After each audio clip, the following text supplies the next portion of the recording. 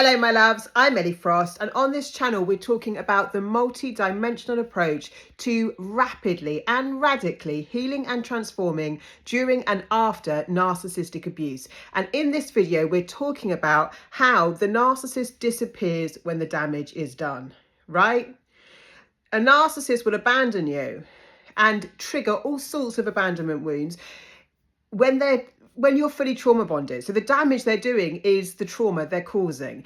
It's also typical of a narcissist to abandon you at a very critical time in your life. So they can play up or get worse during holidays. If you've gone into hospital for an operation, they might just disappear and abandon you then. At the times when you need them most, they're going to disappear. And the damage they've done is the trauma they've caused, right? And that is their goal, to keep you trauma bonded. Why? Because then you're giving energy to them in the psychic realm, even if you're not physically giving them energy, right? If you're not physically with them and doing things for them, they're still siphoning your energy in the psychic realm through the trauma bond. Yeah? Trauma bond is an enmeshment. We become enmeshed with the narcissist, almost obsessed with them, right? Because we want the person who caused the pain to take it away, right? But the narcissist is never going to give you closure, not proper closure. They want you trauma bonded. They want to hurt you so badly that you don't get over it and you still ruminate over it. You still are trauma bonded to them. So when the damage is done, the narcissist is very likely to discard you. Yeah, when you're trauma bonded enough, when you're invested enough, when you're on the hook enough in this toxic dynamic, then they're likely to just disappear and discard you, right? And I was speaking yesterday about there are different types of discard. So you might not have had a final discard, but you might have had minor discards, which is when they get passive aggressive, when they ignore you, when they just go missing and you don't know what's going on, when they're late repeatedly for things that you've agreed to go to or attend, and they take their time or they make you wait. These are all forms of minor discard, right? I didn't think my ex would discard me because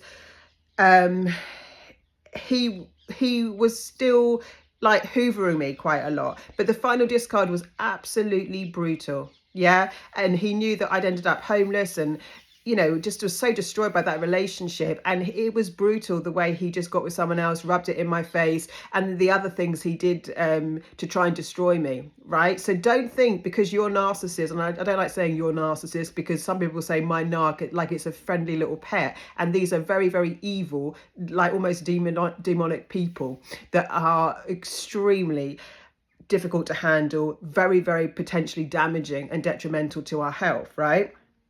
But he gave me a brutal final discard. So just because you haven't been through that yet doesn't mean it couldn't happen. But even still, the majority of a relationship with a narcissist is you being eroded slowly over time. Yeah, devalued over and over again, not getting your needs met, not being loved, not being cherished, not being connected, because a narcissist cannot connect with you deeply, authentically. They are always under a mask. They're always putting on an act. You never really know who you're dealing with, right? And they will act like Jekyll and Hyde. Love one minute, devalue you the next. But the longest stage of a narcissistic relationship is the devaluation, where you're constantly being put down. Slowly over time, it gets worse and worse and worse. And before you know it, you've completely lost yourself, right? They want to hurt you. My brother even said that brother is a terrible narcissist. And I reconnected with him, quite recently, actually. Well, not recently, about 9 months ago. It was a big mistake. And he like they confessed, he said, like, I want to hurt you. I want to hurt you, right? Don't think that these people don't know what they're doing. They do.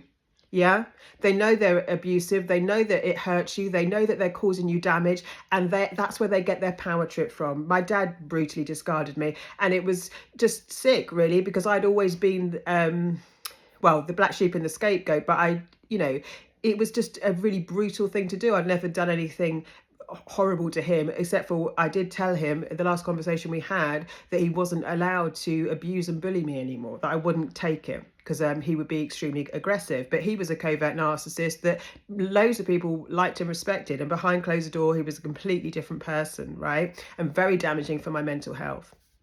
So they want to keep you damaged because they want to keep you trauma bonded. Now, none of us are damaged beyond repair, right? And like, I know I felt like I'd been ruined by what had happened to me. I thought it had really just, being in that cycle or these cycles of narcissistic abuse that I was somehow so ruined, so damaged, so not myself. I promise you can heal from anything, and you're not so damaged that you can't repair. But the damage is the trauma it causes. The damage is the things like anxiety or rumination or confusion as what happened to our lives, what happened to us, because these people are extremely destructive. It goes one way.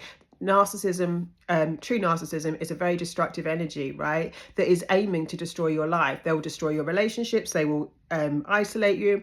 They might destroy your property. Anything you care about could be under threat with a narcissist. They have no conscience, right? They have no shame and no remorse and no guilt. They will happily be absolutely terrible to you and actually get off on it. They are sick individuals, right? And of course, there's a spectrum to it. Right?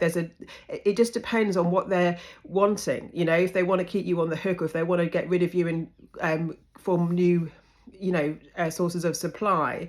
But I mean, it is quite brutal to go through this, right? At any level of the spectrum, and it is taking us away from our authenticity, our joy, our happiness. The narcissist wants you to be miserable. They want you in a low frequency energy. They want to just siphon your life force, right? And be as destructive as they can, because they get a high out of it. They get a kick out of it. If you've seen the narcissistic smirk when something terrible is happening in your life, you'll know what I'm saying is true, right? They actually grin, this disgusting grin when they've actually done something very destructive, because they feel more powerful than you, right? The narcissist thinks they're entitled to you. They think they're entitled to act the way they do. They think that like you're basically there to serve them, and if you're not doing everything they want, they will traumatize you. They will do something traumatic. They know your wounds. They work in the psychic realm. They know, if your wound is like abandonment from your family, then they'll play on that, right? They know what they're doing. I think that's the biggest thing I want to let you know. And they'll disappear. You cannot rely on a narcissist to help you when you're sick. You can't rely on a narcissist when you're really suffering to give you closure, to give you clarity, to give you love, right? It's not on the menu. So if you'd like to join my program, Sovereign, see the link in the comments. If you'd like to work with me privately, please let me know. We're all about coming into our authentic power and our true abundant lives, right? That's what we're doing here. We're healing, we're transmuting all this negativity that we've had to go through. We're bringing ourselves back. Maybe we've never been fully ourselves. Maybe we've never had permission or felt that we could be fully ourselves around the people that we've been surrounded by, right? Now it's time to change that story, come into your own trajectory, create your best life. So if you're interested in that, please drop me a message and I'll tell you what I've got available for you. Lots of love, guys. Please keep liking, subscribing and sharing, and I'll speak to you soon.